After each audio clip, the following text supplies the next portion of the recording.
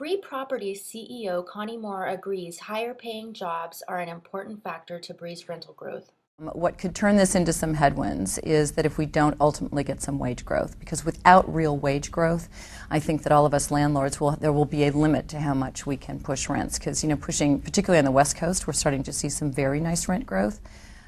But if we're not seeing wage growth, people are going to start to push back. BRE Properties, fortunately, you hold the solution to your own problem.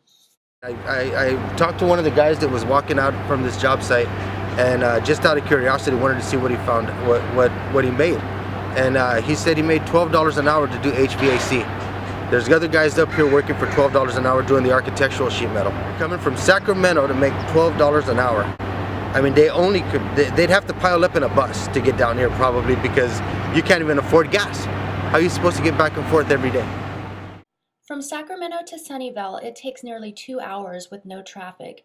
Anyone who has ever made this drive knows it takes at least 3 hours on normal working days. They're coming from Sacramento to make $12 an hour.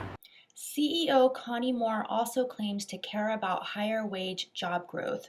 We need jobs, and we need jobs that are high paying. Did Ms. Moore really just say that?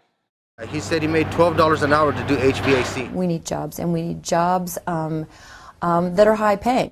The best news for us was when Google said they had to raise income, all the wages 10%, because that said that it's a very tight market and there's demand for high wage earners. And I asked him where he was coming from, and he said Sacramento.